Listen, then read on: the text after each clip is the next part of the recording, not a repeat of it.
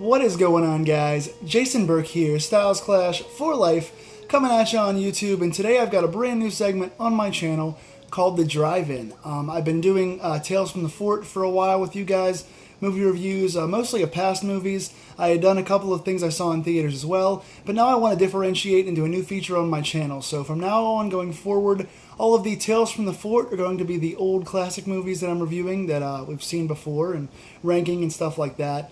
And all the ones now from the drive-in are going to be brand new movies that I see in theaters. I live very close to a theater and want to make it a point to go see more current new movies that are coming out and reviewing those for you guys on my channel. So this is the first edition of hopefully many in the future called The Drive-In. And today I'm covering Suicide Squad. It's going to be really quick and brief. I'm not going to get into character nuance and memorizing all the characters' names and all the actors who played them and everything like that. I'm just going to give you guys sort of a rundown of what I thought of the movie real quick. There will be spoilers in this movie, so if you have not seen Suicide Squad, don't watch this just yet. Go watch the movie and then come back and see what I thought of it. Again, real briefly, overall, I really enjoyed Suicide Squad. Very good movie overall. The 2 hours just flew by. I think total runtime is 2 hours and 2 minutes. And it just flew by. It felt like less than an hour and a half. It was just very fast-paced. They didn't do a lot of stalling. There wasn't a lot of filler scenes or wasted scenes. It was really good overall. Again, this movie could have easily just been called Margot Robbie and Will Smith plus the other guys, because it was pretty much a 2 or 3 person movie for the most part. Margot Robbie played Harley Quinn to a hilt, did a very good job playing Harley Quinn. This is the first time that I've seen that character adapted on the large screen in a live-action movie, and she was excellent. Margot Robbie has made herself an established star in this film, and should play Harley Quinn going forward for a long time. Will Smith as Deadshot from the Batman and Arrow series was excellent. He had good humor, lots of funny little lines. Again, not specific here, but he had a lot of good one-liners and was kind of the comic relief. Not comic relief, so to speak, but had some good lines in there. The comic relief was played by another character who was kind of a sewer mutant. And again, Jared Leto was the Joker. And basically, besides Joker, Harley Quinn, and Deadshot, there wasn't a lot of character exposition. Every character had a backstory, but the other Suicide Squad guys were kind of just background characters. Every one of them did a good job. There was no weak links in it, but they didn't give a whole lot of background or a lot of time to the other characters. So it was basically just 2 or 3 characters, and the rest were kind of just there as kind of filler, so to speak. But if you're a fan of Joker, Harley Quinn, or Deadshot, this is a movie that you should see. And again, the other background characters weren't bad. You had the guy that could turn everything on fire. He had a nice little story about why he didn't want to be in the Suicide Squad or want to kill anybody else.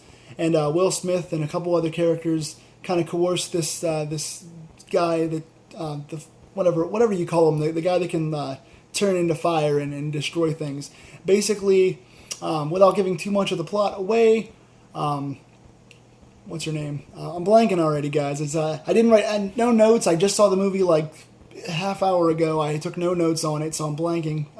But Amanda Waller's character basically had this girl was possessed by a witch, and Amanda Waller, who runs Argus, who's in control of the intelligence for the metahumans, kept this witch's heart basically at bay. And the witch winds up getting a hold of her heart and possessing her brother and using her powers to destroy the city. So Amanda Waller calls upon these expendable, evil entities, villains, to come and band together and work for plea bargains or work for time off their sentences to destroy the evil metahuman. And it's basically, if something goes wrong, they can just blame the villains. And if the villains kill the main villain, then yeah, everybody wins. So very good story, really cool action scenes, very fast-paced overall. Again, this was Will Smith did an amazing job. The stuff with his daughter, wanting to see his daughter and carve a good legacy out for his daughter. And all these villains wind up becoming sort of good characters because you see where they went wrong in life. You see that they're trying to redeem themselves for their families or for something they've done wrong in the past. So it's a good mix of showing the good and bad off. Harley Quinn, again, has some funny stuff. The sewer character is pretty much comic relief. And again, this goes fast. There's an appearance from Batman in there, which is nice. Giving some things away. I thought Jared Leto's Joker was good. It wasn't classic Joker. It wasn't Heath Ledger or anything or Cesar Romero, but it was good Joker. He had some brief scenes, and he was kind of terrifying. He did a good job with that. They delved deeply into Harley Quinn's history with Joker, which was nice. And at the end of the movie, post credits, spoiler alert, Joker has avoided a crash. You think he's dead early in the movie. Obviously, he's not. He comes in at the end and frees Harley Quinn. So they're going to be doing some sequels, I got a feeling, with either Justice League or Suicide Squad 2 or whatever. But they built some stuff for the future. They had some really good, cool action scenes. The CGI was done well. They had a good mix of some older music and some newer music. They did a good job with the music in this film. Again, the tone between drama and comedy was nice. And the main characters got really good exposure and good backstories. And the other Suicide Squad, not much depth to them, so that is kind of the negative. They didn't focus on the other characters or set up too many other worlds for them. But everyone did a solid job. There was no bad acting in the movie. There was no clear letdowns. So all in all, I'd give this movie a 7.5 out of 10. Not the best superhero thing that I've seen this year. That goes to Deadpool. I thought Deadpool was better. But as far as DC goes, I didn't see Batman v Superman, and I don't plan to because I heard just nothing but negative things. And I'm not really a fan of Superman anyway. But as DC goes, this was a very well done film overall. I don't see how anybody could have disliked it. But again, what did you guys think of the movie? Have you seen it yet? Do you want to see it? If you have seen it, what do you think? Tell me down below. And what else should I go see in theaters? What else should I review for you guys this year? You're going to see a lot of horror from me. And there's a lot of things that I want to see. I want to see TMNT 2. I have not seen yet.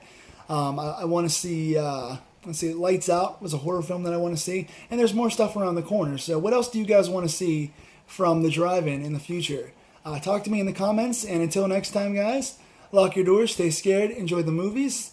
And this has been the drive-in. I will see you guys at the next opening credits.